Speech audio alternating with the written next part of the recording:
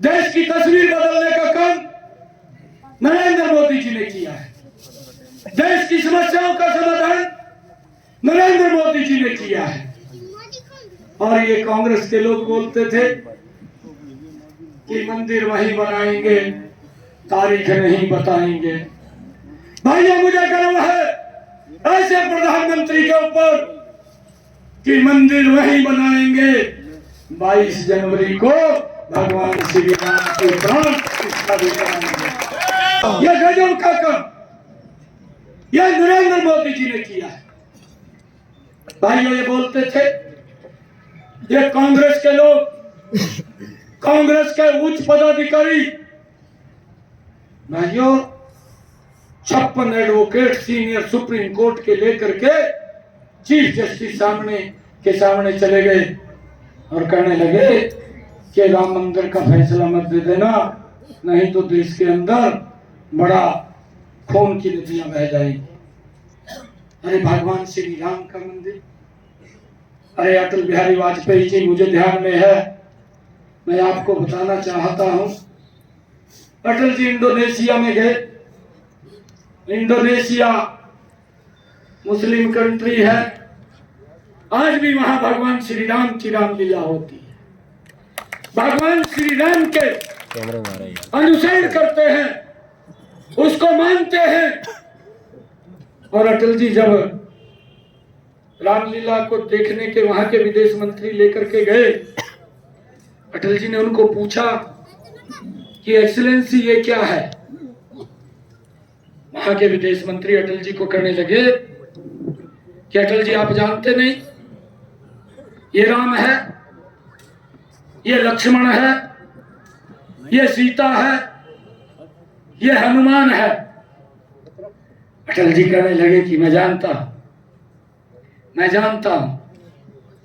और वहां के विदेश मंत्री ने अटल जी को कहा कि अटल जी, भगवान श्री राम की जन्मभूमि भारत में अयोध्या है, परंतु भारत अभी डिसाइड ही नहीं कर पा रहा कि भगवान श्री राम की जन्मभूमि अयोध्या है। क्यों? अटल जी ने कहा हाँ, डिसाइड नहीं कर पा रहे, सुप्रीम कोर्ट में उसका केस चल रहा है। भाइयों, इसके ऊपर भी राजनीति होती थी, लंबे समय से राजनीति करते थे। नरेंद्र मोदी जी ने लोकसभा के अंदर खड़े होकर के कहा कि आप लोगों के विचार में और हमारे विचार में एक अंतर है कि आप वोट के लिए राजनीति करते हैं, आप वोट की राजनीति कुर्सी के लिए करते हैं, हम देश की सुरक्षा के लिए करते हैं। ये अंतर आपके विचार में और हमारे विचार में है। भाइयों, हमें देश की चिंता है, उनको कुर्सी की चिंता है।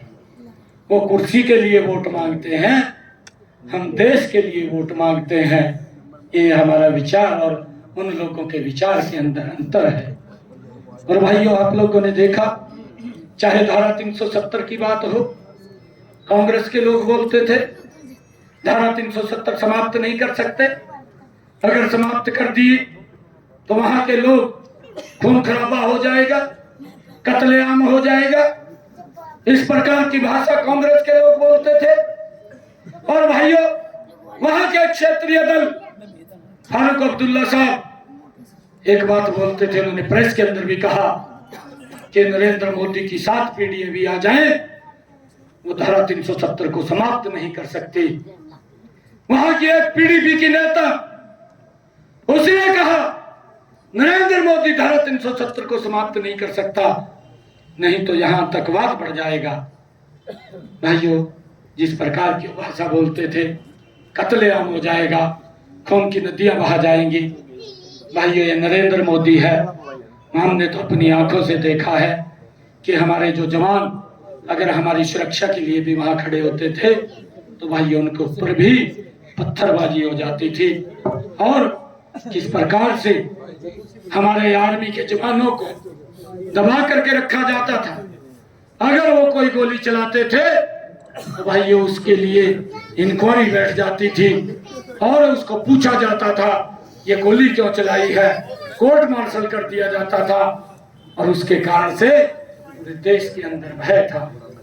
परंतु भाइयों, इस भारत मां के लाल नरेंद्र मोदी ने आप लोगों के सामने है 2014 में देश के लोगों ने 282 सीटें दी और 2019 के चुनाव में 303 सीटें दे करके दूसरी बार प्रधानमंत्री बनाने का काम किया। और नरेंद्र मोदी जी पहले ही सेशन के अंदर वो बिल लेकर के आए और 2 घंटे के अंदर धारा 370 समाप्त कर दी, जिसके लिए हमारे कार्यकर्ता लंबे समय से जिन्होंने कुर्बानियां दी, जिन्होंने एजिटेशन किए, भाइयों उसको समाप्त करने का काम आदरणीय नरेंद्र मोदी जी ने किया है। और भाइयों, उसके कारण से किस प्रकार का भय देश के अंदर था। अगर हम बस में बैठते थे, ये 2014 से पहले की बात है, कोई लंबा समय नहीं है।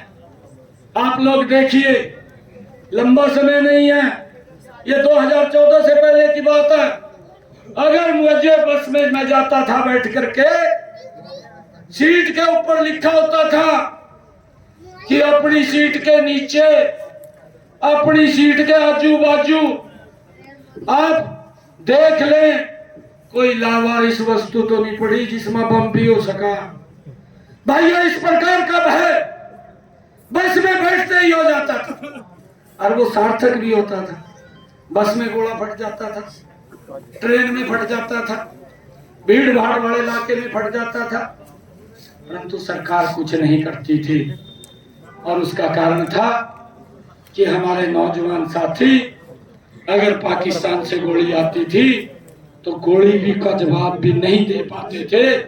अगर कोई जवान देता था तो उसकी इंक्वायरी खोल दी जाती थी कि गोली कैसे चली है। नरेंद्र मोदी जी ने आकर के कहा कि ये भारत, ये मजबूत भारत है, ये आंख झुका करके बात नहीं करता, ये आंख उठा करके भी बात नहीं करता, ये आंख मिला करके बात करता है। और उसका परिणाम ये निकला कि अगर हमारा जवान के ऊपर कोई एक गोली आती है तो 100 गोली इधर से चली जाती है, कोई पूछने वाला नहीं है कि ये 100 गोली क्यों चलाई है। और उसका परिणाम इन 9 वर्षों में ये निकला कि आज बस के ऊपर भी लिखना भूल गए हैं कि आपके आजू बाजू में कोई बम हो सकता है। सुरक्षित करने का काम, सुरक्षा देने का काम 9 वर्षों के अंदर इस भारत मां के लाल ने किया है। और भाइयों, मुझे गर्व है ऐसे प्रधानमंत्री के ऊपर, ऐसे मुख्यमंत्री के ऊपर। भाइयों, हमने अपनी आंखों से देखा है, आप भी जानते हैं, आप लोगों को भी मालूम है, हमने देखा है। अरे हमारे भाइयों, हेमराज का सर धड़ से अलग कर दिया, सरकार मूक दर्शक बन करके देखती रही, कुछ नहीं कर पाई। हमारे सौरभ कालिया के शरीर के 28 टुकड़े कर दिए, सरकार मूक दर्शक बन करके देखती रही, कुछ नहीं कर पाई। सर्वजीत की बहन गुहार लगाती रही कि मेरे भाई का कसूर नहीं है, पाकिस्तान से उसको जिंदा वापिस लाया जाए, सरकार कुछ नहीं कर पाई। उसकी डेड बॉडी ही भारत में आई। मैंने वो समय भी देखा है कि मेरा अभिनंदन पाकिस्तान के अंदर जाता है, 2 घंटे के अंदर सुरक्षित भारत आ जाता है। ये कमाल भी मैंने देखा है भाई, ये मजबूत भारत है। भाइयों, हमने आप लोगों को मैं ये निवेदन करना चाहूंगा सभी कार्यकर्ताओं कि देखिए, विपक्ष है, झूठ का आजकल सहारा ले रहा है, झूठ बोलता है। अभी राजस्थान के चुनाव चल रहे हैं, मेरी भी वहां ड्यूटी लगी थी, मैं वहां चुनाव के अंदर गया और जब मैं वहां पर गया, मेरे को वहां के लोगों ने बताया कि पिछले चुनाव के अंदर जब लास्ट के दिन चल रहे थे, एक जनसभा हुई और राहुल गांधी उस जनसभा के अंदर आया और मंच पर आकर के खड़ा होकर के बोला कि हमें वोट दें। जिस दिन शपथ होगी उसके 10 दिन के बाद गिनती गिनी, मंच के ऊपर से उन्होंने बताया कि मंच के ऊपर से गिनती गिनी, 1 2 10 तक गिनती गिनी और कहने लगा कि 10वें दिन किसानों के कर्जे के ऊपर लाल लकीर मार देंगे। लोग बात में आ गए, भाई कर्जा माफ होगा। वो झूठ के दम के ऊपर आई सरकार थी, उन्होंने झूठ बोल करके सरकार लोगों को गुमराह करके वोट लेने का काम किया, परंतु उसके दुष्परिणाम निकले। उसके दुष्परिणाम क्या निकले?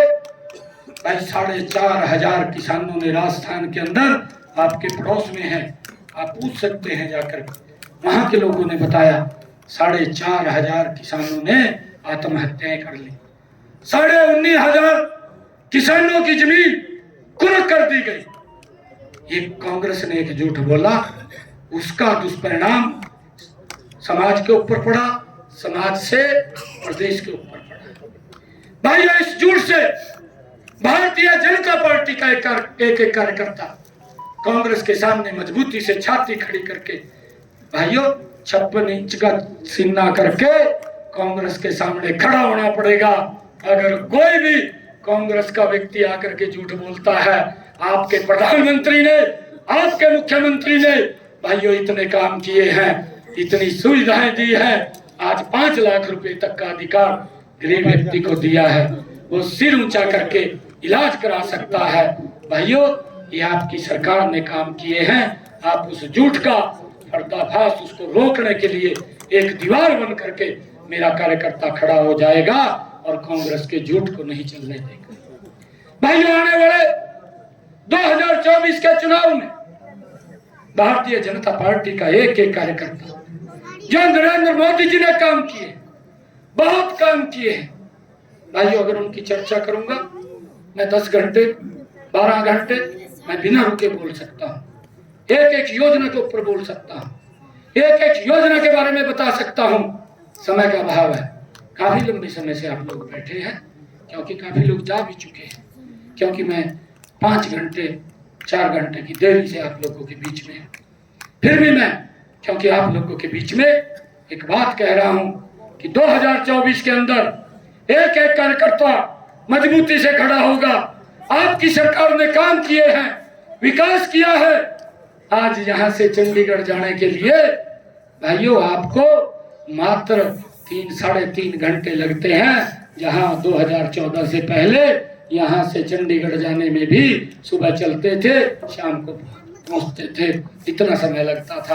परंतु आज लोगों के जीवन को सरल करने का काम ये नरेंद्र मोदी जी की सरकार ने किया है। भाइयों हमने इन सब कामों को लेकर के घर घर के अंदर जाना है और एक एक योजना के बारे में बताना है। 2024 के अंदर 10 की 10 लोकसभा की सीटें कमल के फूल खिला करके आदरणीय नरेंद्र मोदी जी को तीसरी बार प्रधानमंत्री बनाना है। भाइयों इसके लिए हम सब ने काम करना है। हरियाणा के अंदर भी मनोहर लाल जी के नेतृत्व में भाइयों डबल इंजन की सरकार हमने बनानी है, क्योंकि ये दुष्प्रचार करते हैं, कांग्रेस के पास मुद्दा नहीं है। मैंने कहा है कि झूठ बोलते हैं, कभी बोलते हैं पोर्टल की सरकार है। अरे जब ये इस प्रकार की बात करते हैं, मुझे भ्रष्टाचार की बू कांग्रेस के अंदर से आती है। और कांग्रेस भाइयों आज आपसी द्वेष का शिकार है। हमारे पास पन्ने का कार्यकर्ता है, कांग्रेस के पास प्रदेश का भी कार्यकर्ता नहीं है, और जितने हैं वो मंच पर इकट्ठे नहीं बैठ सकते। जितना प्लेट हो जाए तो मंच के ऊपर ही, ऐसी हालात उन लोगों की है। भाइयों जब इस प्रकार की पार्टी, इस प्रकार के हालात है, तो भाइयों वो प्रदेश को कैसे सुरक्षित रख सकते हैं। तो मेरा आप लोगों से निवेदन है कि 2024 के अंदर ये डबल इंजन की सरकार हमने मिलकर के बनानी है। ये संकल्प लेकर के आज इस पवित्र भूमि से, ये फतेहाबाद की पवित्र भूमि है, यहाँ से हम अपने अपने घर को जाएंगे